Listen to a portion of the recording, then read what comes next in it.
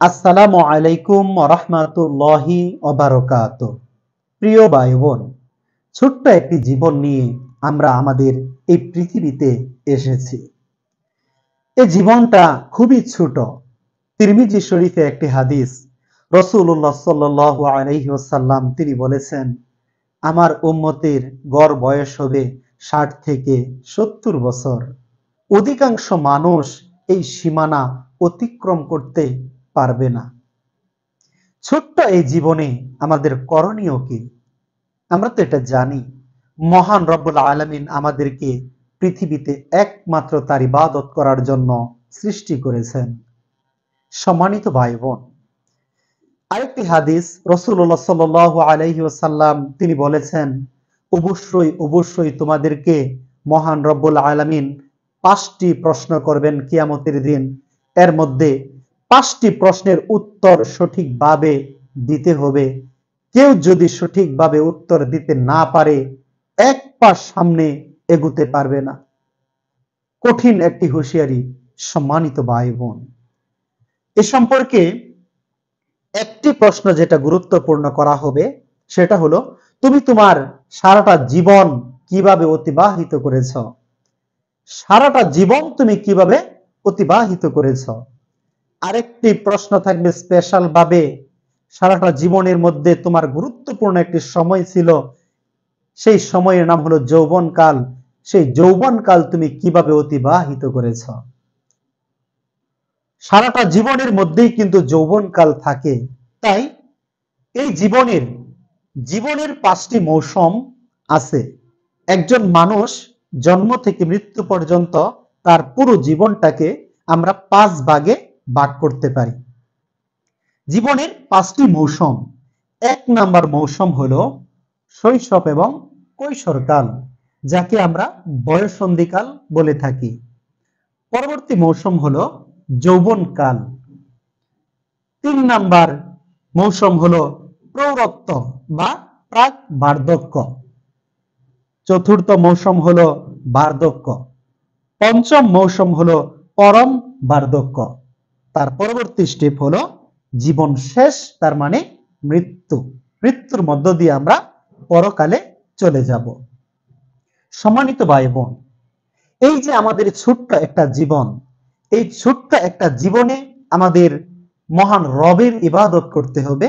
শয়তানের প্ররোচনায়, শয়তানের কুমন্ত্রণায় আমরা যেন সরল পথ থেকে বিচ্যুত হয়ে না যাই, এটা সব সময় আমাদেরকে খেয়াল রাখতে হবে। এই পুরোটা জীবন সম্পর্কে মহান আল্লাহ তাআলা আমাদেরকে প্রশ্ন করবেন। শৈশব এবং কৈশোরকাল, একজন মানুষের জীবনে এই সময়টা থাকে।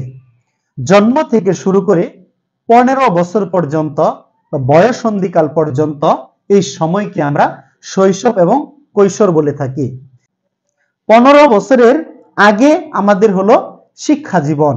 বাবা মার কাছ থেকে আমরা শিখব, বড়দের কাছ থেকে শিখব। আমরা বিভিন্ন পদ্ধতি অনুসরণ করে, রাসূলুল্লাহ সাল্লাল্লাহু আলাইহি ওয়াসাল্লামকে অনুসরণ করে আমরা আমাদের জীবনে শিক্ষা জীবন শুরু করে তারপর ইবাদতের মধ্যে রত হব। তারপর যৌবনকালে আমরা যখন পদার্পণ করব, ১৫ বছর থেকে শুরু করে ৩৫ বছর পর্যন্ত এই সময়টাকে মূলত যৌবনকাল বলা হয়। পুরো জীবনের মধ্যে এই যৌবনকাল হচ্ছে গুরুত্বপূর্ণ একটি সময়। এই যৌবনকাল সম্পর্কে মহান আল্লাহ তাআলা স্পেশাল ভাবে আমাদেরকে প্রশ্ন করবেন যে যৌবনকাল তুমি কিভাবে কাটিয়েছ? পুঙ্খানুপুঙ্খ ভাবে আমাদেরকে জবাব দিতে হবে। প্রিয় ভাই বোন, অতএব সাবধান, এই যৌবনকালকে আসুন আমরা মহান রবের ইবাদতে কাটাই। তারপর একজন মানুষের জীবনকে আমরা এভাবে ভাগ করার পর ৩৫ বছর থেকে শুরু করে ৫০ বছর পর্যন্ত সময়, এটাকে আমরা প্রৌঢ়ত্ব বা প্রাক বার্ধক্য বলতে পারি। ৫০ বছর পর্যন্ত এই সময়টা মানুষের বার্ধক্য হওয়ার পূর্ব একটা মুহূর্ত থাকে। এটাও কিন্তু একটা মুখ্যম একটি সময় মহান রব্বুল আলামিনের ইবাদত করার জন্য। এই সময়টুকু আমরা কেন জানি মহান রবকে ভুলে যায়। যৌবনের তাড়নায় লোভে পড়ে অহংকারী হয়ে আমরা মহান রবকে ভুলে যাই, ইবাদত করতে চাই না। আমাকে আপনাকে এটা মনে রাখতে হবে।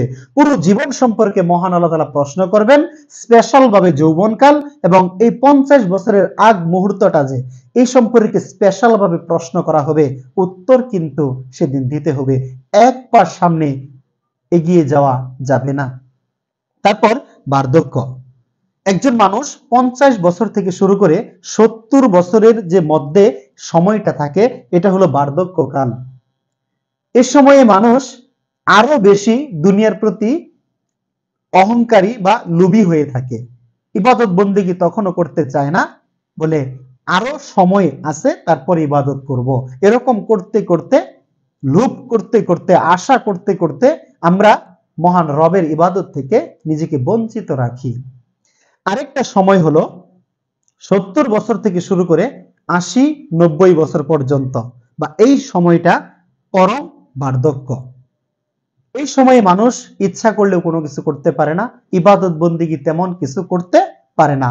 মন চায় যদিও ইবাদত করতে, তখন কিন্তু শারীরিক অক্ষমতার কারণে, অসুস্থতা হয়ে যাওয়ার কারণে, পরম বার্ধক্য থাকার কারণে মানুষ ইবাদত করতে পারে না। তারপর এই পরম বার্ধক্য থেকে আমরা সর্বশেষ যে স্টেপ আছে মৃত্যু। মৃত্যুর মধ্য দিয়ে আমরা আমাদের জীবনকে শেষ করি। মৃত্যুর মধ্য দিয়ে আমরা পরবর্তী পরকালে আমরা চলে যাই। মৃত্যুর মধ্য দিয়ে আমরা মূলত মহান রবের দিকে চলে যাই, প্রত্যাবর্তন একমাত্র মহান রবের দিকে। ইন্না লিল্লাহি ওয়া ইন্না ইলাইহি রাজিউন। নিশ্চয়ই আমরা আল্লাহর জন্য, আমরা মহান রবের দিকেই, আল্লাহর দিকেই আমরা ফিরে যাব। তাই আসুন আমাদের এই জীবনকে আমরা মূল্যায়ন করি, আমাদের যৌবনকালকে আমরা মূল্যায়ন করি, একমাত্র মহান রবের ইবাদত করি। আল্লাহ তাআলা আমাদেরকে একমাত্র মহান রবের ইবাদত করার তৌফিক দান করুন। আমিন ইয়া রাব্বাল আলামিন।